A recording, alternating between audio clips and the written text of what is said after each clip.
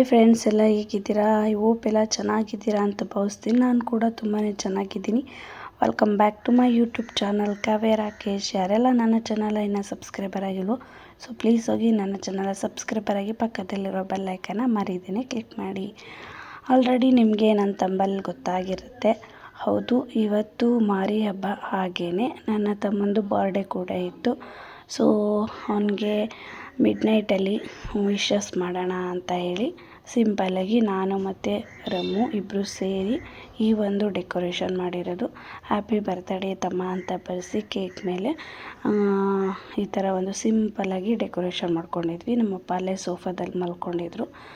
ನಮ್ಮಮ್ಮ ಅಂದರೆ ಇವಾಗ ಅದೇ ಹಬ್ಬ ಇತ್ತಲ್ವ, ಸೊ ಹಾಗಾಗಿ ನಾವು ಇವಾಗ ದಿಂಬೆಲ್ಲ ಆನ್ಲೈನಲ್ಲಿ ಮತ್ತು ಹೊರಗಡೆ ಎಲ್ಲ ತೊಗೋತೀವಿ.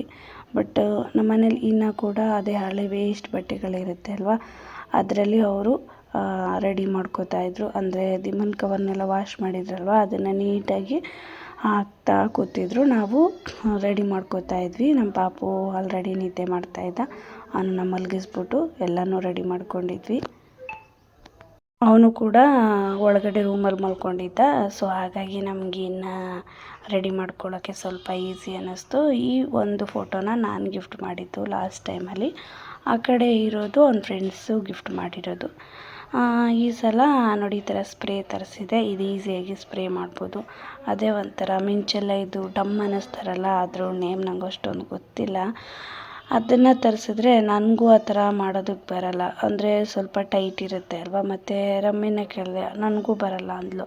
ಸುಮ್ಮನೆ ತರಿಸ್ಬಿಟ್ಟು ಅದು ಅನ್ಸೋಕ್ಕಾಗದೆ ವೇಸ್ಟ್ ಆಗೋದಕ್ಕಿಂತ ಇದೇ ಬೆಸ್ಟು ಸಿಂಪಲ್ಲಾಗಿ ಅಂತ ಹೇಳ್ಬಿಟ್ಟು ಸ್ಪ್ರೇನ ತರಿಸ್ಕೊಂಡ್ವಿ. ನೋಡಿ ಫೈನಲಿ ಈ ಥರ ಒಂದು ಡೆಕೋರೇಷನ್ ಮಾಡ್ಕೊಂಡ್ವಿ.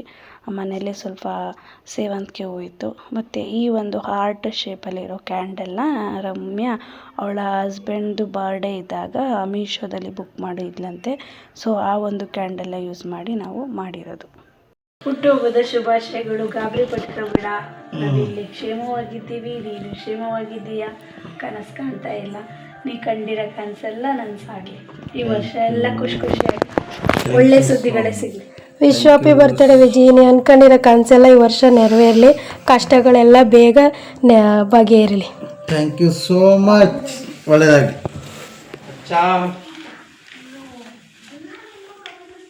ಓಕೆ. ಈ ವರ್ಷ ಇರು ಅಲ್ಲೇ ಇರು ಬೇಡ ತಗೋ, ಇದ್ರಲ್ಲಿ ಮಾಡು. ಏನ ಊಟದ ಮಾಡಿದ್ನೀಗ.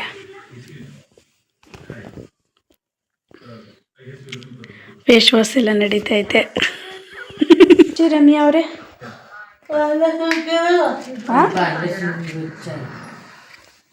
ಆ್ಯಕ್ಚುಲಿ ನಾವು ಅಂದ್ಕೊಂಡಿದ್ದು ಅವನು ಅಂದರೆ ರೂಮಿಂದ ಬರ್ಬೇಕಾದ್ರೆ ಅಲ್ಲೆಲ್ಲ ಹೂವೆಲ್ಲ ಹಾಕೋಣ, ಆಮೇಲೆ ಈ ಕಡೆ ಸ್ವಲ್ಪ ಸ್ಕ್ರೀನೆಲ್ಲ ಬಿಟ್ಟು ನೀಟಾಗಿ ಮಾಡೋಣ ಅಂತ ಅಂದ್ಕೊಂಡ್ವಿ. ಬಟ್ ಅಂದರೆ ಆಲ್ರೆಡಿ ಟೈಮ್ ಬೇರೆ ಆಗ್ಬಿಟ್ಟಿತ್ತು, ಅದು ಇದು ಕೆಲಸ ಮಾಡೋ ಗಡಿಬಿಡಿಲಿ. ಸೊ ಹಾಗಾಗಿ ಆಮೇಲೆ ಸಿಂಪಲಾಗೆ ಮಾಡೋಣ, ನೆಕ್ಸ್ಟ್ ಟೈಮು ಬೇಕಾದ್ರೆ ಗ್ರ್ಯಾಂಡಾಗಿ ಮಾಡಿದ್ರಾಯ್ತು ಅಂತ ಹೇಳ್ಬಿಟ್ಟು ಈ ಸಲ ಈ ಥರ ಸಿಂಪಲಾಗೆ ಮಾಡಿದ್ವಿ. ಅವನು ಎದ್ದು ಬಂದ. ತುಂಬಾ ಚೆನ್ನಾಗಿತ್ತು. ಒಂಥರ 12 ಗಂಟೆಗೆ ಈ ಸಲನೇ ಫಸ್ಟು ನಾನು ಈ ಥರ ಅವನಿಗೆ ಕೇಕೆಲ್ಲ ಕಟ್ ಮಾಡಿಸಿರೋದು. ಲಾಸ್ಟ್ ಟೈಮೆಲ್ಲ ಈ ಸಲನೇ ನಾನು ಈ ಥರ ಮಿಡ್ನೈಟಲ್ಲಿ ಅವನಿಗೆ ಕಟ್ಟಿಂಗ್ ಮಾಡಿಸ್ತಾ ಇರೋದು. ಅಂದರೆ ವಿಶ್ ಮಾಡ್ತಾಯಿದ್ದೆ ಅಷ್ಟೇ. ಬಟ್ ಒಂದು ಸಲನೂ ನನಗೆ ಆ ಚಾನ್ಸಸ್ ಸಿಕ್ಕಿರಲಿಲ್ಲ. ಅಂದರೆ ಅವನು ಮೈಸೂರಿಗೆ ಬರ್ತಾಯಿದ್ದ, ಅಂದರೆ ಬರ್ಡೇ ದಿನ ಸಿಗ್ತಾನೂ ಇರಲಿಲ್ಲ. ಹಾಗೆ ಗಿಫ್ಟ್ ಎಲ್ಲ ಕೊಡ್ತಿದ್ವಿ ಅಷ್ಟೇ. ಕೇಕೆಲ್ಲ ಈ ಥರ ಮಿಡ್ನೈಟಲ್ಲೆಲ್ಲ ಕಟ್ ಮಾಡಿಸಿರಲಿಲ್ಲ. ಈ ವರ್ಷ ಇದೊಂದು ಚಾನ್ಸ್ ಸಿಕ್ತು ಅಂತಲೇ ಹೇಳ್ಬೋದು. ಅದಾದಮೇಲೆ ನೆಕ್ಸ್ಟು ಅಂದರೆ ಅವನು ಕೂಡ ಒಂಥರ ಅವನು ಅಂದ್ಕೊಂಡೇ ಇರಲಿಲ್ಲ. ಏಕೆಂದರೆ ನಾವು ಈ ಕೇಕ್ನ ಪಕ್ಕದ ಮನೆಯವ್ರ ಹತ್ರ ತರಿಸ್ಕೊಂಡಿದ್ದು. ಬರ್ತ್ಡೇ ಗಿಫ್ಟ್ ಅದೆಯಾ? ಬರ್ತ್ಡೇ ಗಿಫ್ಟ್ ಅದೇ. ಈಗ 3,500 ರೂಪಾಯಿ ಬಂದಿದೆ. ಫಸ್ಟ್ ಹಾಕಬೇಕು ಅಣ್ಣ. Chill chill. ಥ್ಯಾಂಕ್ ಯು ಬಾಜೆ. ನಿಮ್ಮ ಪ್ರೀತಿ ವಿಶ್ವಾಸ ಹಿಂಗೆ ಇರಲಿ. ಟಿವಿ ಆಫ್ ಮಾಡಿ. ಥ್ಯಾಂಕ್ ಯು ಚಿನ್ನ ಮಕ್ಕಳು. ಫೈನಲಿ ಇವಾಗ ವಿಜಿ ಕೇಕ್ ಕಟ್ ಮಾಡೋದಕ್ಕೆ ಅಂತ ನಿಂತ್ಕೊಂಡ. ಅಯ್ಯೋ ಅವ್ನಿಗೆ ಹೇಳಿ ಹೇಳಿ ನಮಗಂತೂ ನಿಜ ಸಾಕಾಗೋಯ್ತು. ಫೋನ್ಗಳು ಬೇರೆ ಬರ್ತಾನೇ ಇತ್ತು. ನಾನು ಅದಕ್ಕೆ ಫೋನ್ ಬರ್ತೈತೆ ಅಂತ ಸೈಲೆಂಟೇ ಮಾಡಿಬಿಟ್ಟಿದ್ದೆ ಅವ್ನ ಫೋನ್ನ. ನಡಿ ಒಂದು ಸಲ ಟ್ರೈ ಮಾಡೋಣ ಅಂತ ಸ್ಪ್ರೇನ ಸುಮ್ಮನೆ ಹಾಗೆ ಸ್ಪ್ರೇ ಮಾಡಿದೆ. ಅದು ನಾವು ಮಾತಾಡ್ಬೇಕಾದ್ರೆ ಏನೇನೋ ಮಾತಾಡ್ಬಿಟ್ಟಿದೆ. ಸೊ ಹಾಗಾಗಿ ಅದನ್ನು ಮ್ಯೂಟ್ ಮಾಡಿಬಿಟ್ಟಿದ್ದೀನಿ. ನಮ್ಮ ಪಾಪು ಬೇರೆ ಸೌಂಡ್ ಮಾಡ್ತಾಯಿದ್ದ. ಅವನ್ನ ಎತ್ಕೊ ಬಾ ಅಂತ ಇದ್ದ. ಇಲ್ಲ ಅವ್ನು ಮಲ್ಗೋನೆ, ಸುಮ್ಮನೆ ನೀನೇ ಕಟ್ ಮಾಡು ಅಂತ ಹೇಳ್ತಾಯಿದ್ದೆ. ಹುಟ್ಟುಹಬ್ಬದ ಶುಭಾಶಯಗಳು ವಿಜಿ. ನೀನು ಅಂದ್ಕೊಂಡಿರೋದೆಲ್ಲ ಈ ವರ್ಷ ನೆರವೇರಲಿ. ನಗುತ್ತಾ ನಗುತ್ತಾ ಬಾಳು ನೀನು 100 ವರ್ಷ ಎಂದು ಹೀಗೆ ಇರಲಿ ಇರಲಿ ಹರ್ಷ ಹರ್ಷ ಅಂತ ಖುಷಿಯಾಗಿರು. ಆದಷ್ಟು ನಿನ್ನ ಕನಸೆಲ್ಲ ಬೇಗ ನೆರವೇರಲಿ. ನೀನು ಜೀವನದಲ್ಲಿ ತುಂಬ ತುಂಬ ಎತ್ತರಕ್ಕೆ ಬೆಳಿ ಅಂತ ಹೇಳೋಕ್ಕೆ ಇಷ್ಟಪಡ್ತೀನಿ. ಹಾಗೆ ಸ್ಪ್ರೇ ಎಲ್ಲ ಇತ್ತಲ್ವ, ಅದನ್ನೇ ಸುಮ್ಮನೆ ಹಾಗೆ ನಮ್ಮಪ್ಪ ಮಲ್ಕೊಬಿಟ್ಟಿತ್ತು. ಎದ್ದೋಡು ಅಂದರೆ ಎದ್ದೊಳ್ತಾನೆ ಇರಲಿಲ್ಲ. ಕ್ರೀಮ್ ಎಲ್ಲ ಇತ್ತಲ್ಲ, ಸ್ನೋ ಥರ, ಅದನ್ನು ನಮ್ಮಪ್ಪನ ಕಾಲ್ಗೆ ಹಾಕಿದೆ. ಆವಾಗ ಫೈನಲಿ ಅವರು ಎದ್ದರು. ಅದಾದಮೇಲೆ ಬನ್ನಿ ಬನ್ನಿ ಕೇಕ್ ತಿನ್ನೋರಿ ಅಂತ ಕೂಗ್ತಾಯಿದ್ದೆ. ಸೊ ಹಾಗಾಗಿ ಕೇಕ್ ತಿನ್ನೋಕೆ ಹೋಗ್ತಾಯಿದ್ದೀವಿ. ಮೆಲ್ಗ ಕಡವ ಎದ್ರುಕೊಂಡು ಹೊಂಟೋದಳು. ಮೊದಲೇ ನೆನ್ಗಡ ವಿಶ್ ಮಾಡುವಾಗ ಒಳ್ಳೇದಾಗ್ಲಿ ಅಂತ ಹೇಳವ.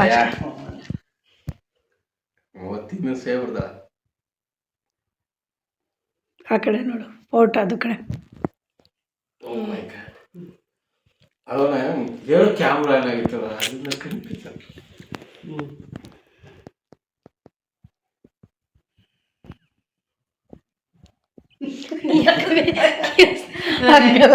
ನೆಕ್ಸ್ಟ್ ಅವನು ಗಿಫ್ಟ್ ಕೊಡೋದು ಸಾಲ ಅಂದ್ಬಿಟ್ರಿ ಏನ್ ಮಾಡೋದು.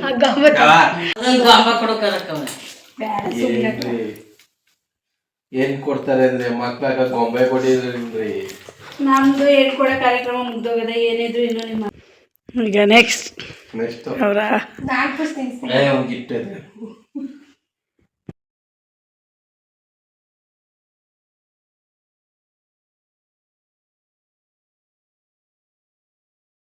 ನೋಡಿ, ಇವತ್ತು ಟಿಫನ್ಗೆ ಅಂತ ನಮ್ಮ ರಮ್ಯ ಬಿಸಿ ಬಿಸಿ ಬಾತ್ ಮಾಡಿಕೊಟ್ಟಿದ್ದಾಳೆ. ತರಕಾರಿ ಎಲ್ಲ ಹಾಕಿ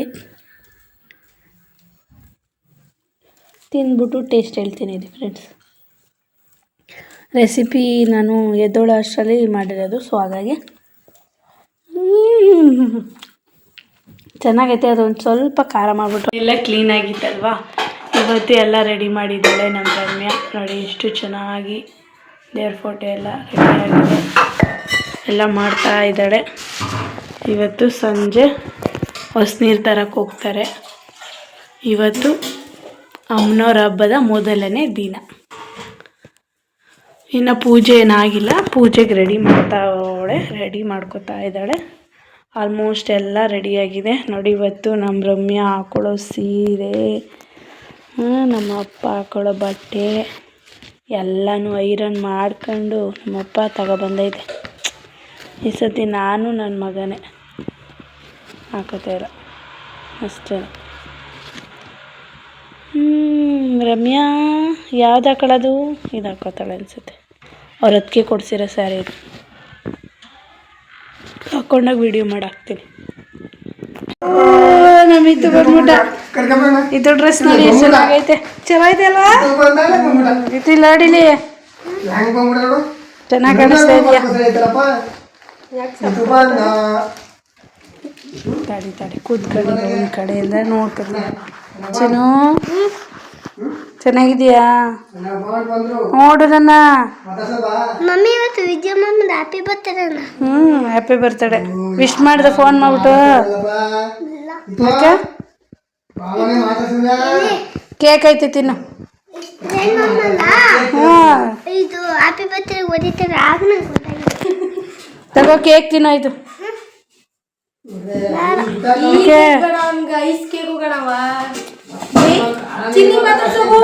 ಪಾಪ ಮಾತಾಡ್ಸೋಗು. ಚೆನ್ನಾಗಿದೆ ಸ್ಪ್ರೇ.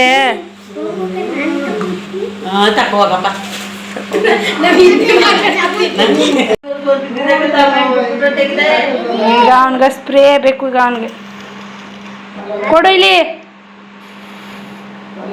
ಗೋಡೆ ಕೂಡಿಲ್ಲ. ಇಲ್ಲಿ ಫಸ್ಟ್ ಹಿಂಗೆ ಶೇಕ್ ಮಾಡಬೇಕು. ಹಾಂ ಹಿಂಗೆ ಕುಲುಕ್ಬೇಕು. ಆಮೇಲೆ ಕಣ್ಮುಚ್ಚು.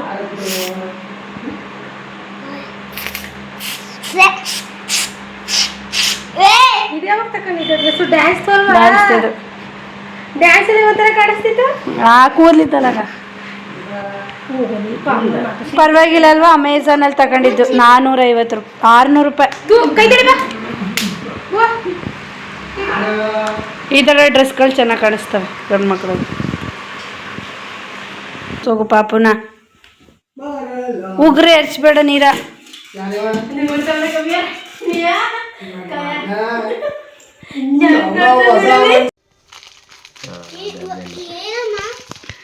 ಪಪ್ಪನ್ಗೆ ಏನೋ ಗಿಫ್ಟ್ ಕೊಡ್ತಾ ಇದ್ದೀನಿ. Happy valentine's day. Thank you. ಏನಮ್ಮ?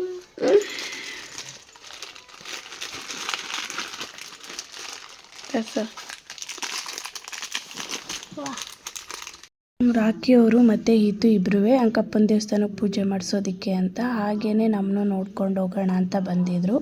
ಆವಾಗ ನಾನು ಈ ಒಂದು ಗಿಫ್ಟನ್ನ ಕೊಟ್ಟೆ. ನೆಕ್ಸ್ಟ್ ವೀಕ್ ಬರ್ತಾರೋ ಬರಲ್ವೋ ಅಂತ ಹೇಳಿ ಮುಂಚೆನೇ ಕೊಟ್ಟೆ, ಆ ವ್ಯಾಲೆಂಟೈನ್ಸ್ ಡೇಗೆ ಅಂತ. ಅಂದರೆ ತುಂಬ ದಿನದಿಂದ ಈ ಒಂದು ದೃಷ್ಟಿ ಬೆಲ್ಲನ ತರಿಸ್ಬೇಕು ಅಂತ ಅಂದ್ಕೊಂಡಿದ್ದೆ, ಬಟ್ ಸೂಕ್ತ ಸಮಯ ನನಗೆ ಅನಿಸಿರಲಿಲ್ಲ.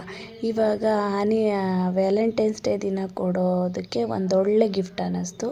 ಸೊ ಹಾಗಾಗಿ ಕೊಟ್ಟೆ. ನೋಡಿ, ಫೈನಲಿ ಹೊಸ್ತಿರು ತರೋದಕ್ಕೆ ಅಂತ ನಮ್ಮ ರಮ್ಯ ಕೂಡ ರೆಡಿ ಆದಳು. ಈ ಒಂದು ಕ್ಲಿಪ್ನ ನಾವು ಮೀಶೋಯಿಂದ ತರಿಸ್ಕೊಂಡಿದ್ದು. ಕ್ವಾಲಿಟಿ ಅಂತೂ ತುಂಬಾ ಚೆನ್ನಾಗಿದೆ.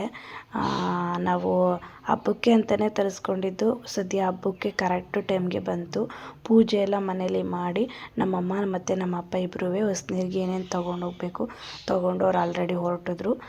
ವಿಜಿ ನಾನು ಬರ್ತೀನಿ ಅಂತ ಹೇಳಿದ್ದೆ. ಸೊ ಹಾಗಾಗಿ ಅವನ ಜೊತೆ ಹೋಗೋದಕ್ಕೆ ಅಂತ ಇವಳು ಕೂಡ ರೆಡಿ ಆದಳು.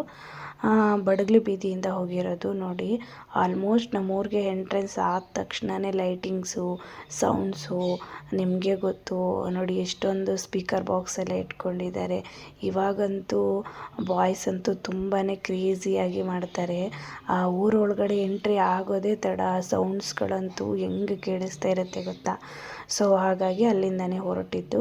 ಅದಾದಮೇಲೆ ಅವರು ರೀಚ್ ಆಗಿರೋದು ಅಂಕನಾಥೇಶ್ವರನ ದೇವಸ್ಥಾನಕ್ಕೆ ಹೊರಟಿದ್ದಾರೆ. ಅಲ್ಲಿನೇ ನಾವು ಹೊಸ್ನೀರು ತೊಗೊಳ್ಳೋದು. ಇವಳು ಹೋಗೋ ಅಷ್ಟರಲ್ಲಿ ಟೈಮ್ ಆಗಿಬಿಟ್ಟಿತ್ತು. ಸೊ ಹಾಗಾಗಿ ನಮ್ಮಮ್ಮ ನಮ್ಮ ಏರಿಯಾದಿಂದ ಬಂದಿದ್ರಲ್ಲ ಅವ್ರ ಜೊತೆನೇ ತಗೊಂಡು ಅವರು ಹೊರಟಿದ್ರಂತೆ. ಸೊ ಅದನ್ನೇ ಹೇಳ್ತಾ ಇದ್ಲು, ಬೇಜಾರಾಯಿತು, ನಾನು ಇರಬೇಕಿತ್ತು ಅಂತ. ಅಲ್ಲಿ ಬೋರ್ವೆಲ್ ಇದೆ, ಆ ಬೋರ್ವೆಲಲ್ಲೇ ನೋಡಿ ಯಾರೋ ತಗೋತಾ ಇರೋದನ್ನು ಅವಳಿಗೂ ವಿಡಿಯೋ ಮಾಡಿದ್ದಾಳೆ.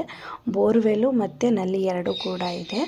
ಅಲ್ಲಿನೇ ಹೊಸ್ನೀರ ತೊಗೊಳ್ಳೋದು. ಅಲ್ಲಿಂದ ತೊಗೊಂಡು ನಾವು ಮತ್ತೆ ಹಟ್ಟಿದೇವಮ್ಮನ ದೇವಸ್ಥಾನಕ್ಕೆ ಬಂದು ಪೂಜೆ ಮಾಡಿಸ್ಕೊಂಡು ಹೋಗಬೇಕು.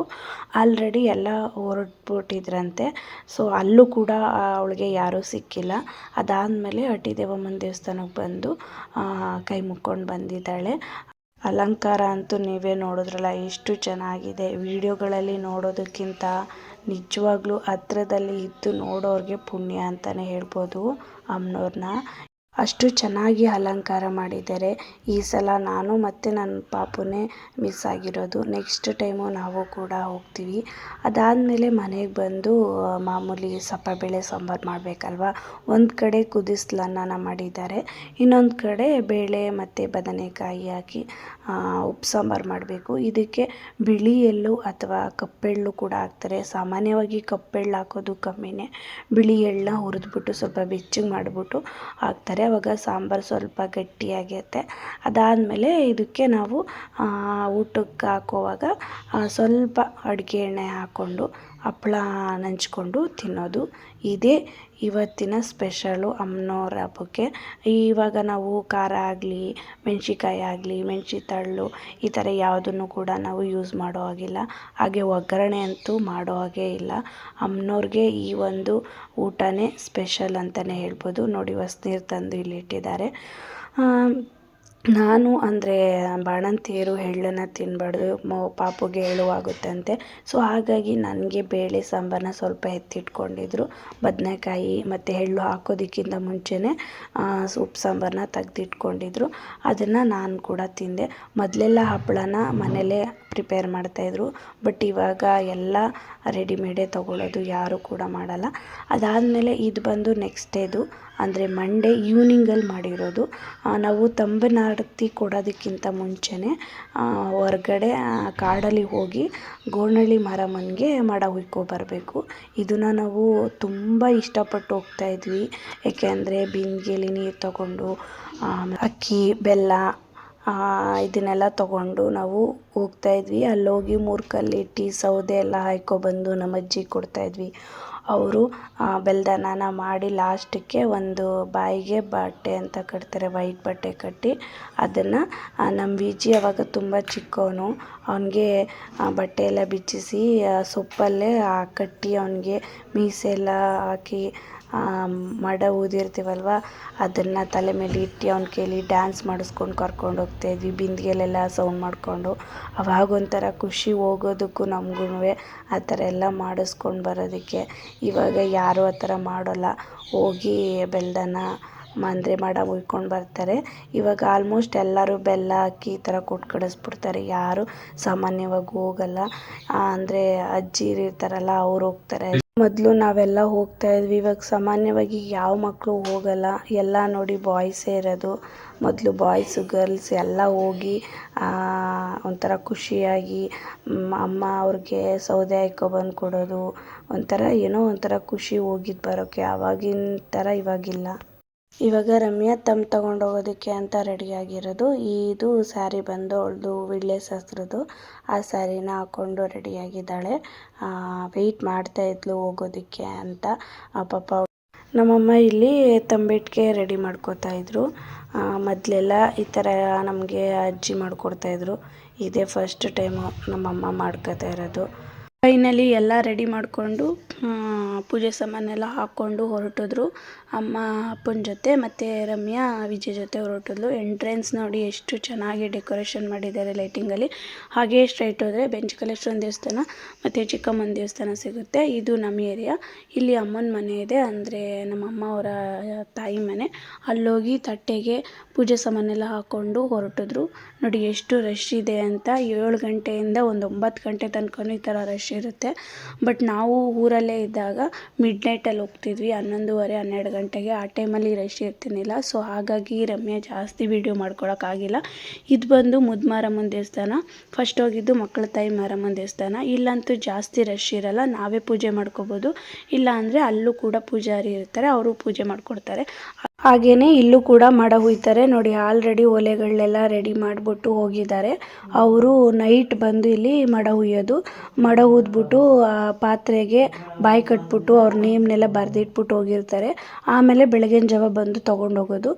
ಹಾಗೆಯೇ ಪೂಜೆ ಮಾಡಿಸ್ಕೊಂಡು ಬರಬೇಕಾದ್ರೆ ಇಲ್ಲಿ ಮಕ್ಕಳ ತಾಯಿ ಮಾರಮ್ಮನ ದೇವಸ್ಥಾನ ಹತ್ರ ಕೊಂಡದ ಗೂಳಿ ಅಂತ ಇರುತ್ತೆ. ಇಲ್ಲಿ ಪ್ರತಿ ಮನೆಯವರು ಒಂದೊಂದು ಸೌದೆನ ತಂದು ಹಾಕ್ತಾರೆ. ಅದರಲ್ಲೂ ಮಕ್ಕಳು ಹಾಕಿದ್ರಂತೂ ಇನ್ನೂ ಒಳ್ಳೆಯದು. ಅದಾದಮೇಲೆ ಇವಾಗ ಅವರು ಹೊರಡ್ತಾ ಇದ್ದಾರೆ. ಕೊನೆಯಲ್ಲಿ ಮಾರಿ ಕುಣಿತ ಮತ್ತು ಚೌಟಿ ಏಟಿದೆ, ಮಿಸ್ ಮಾಡಿದೆ ನೋಡಿ. Thank you.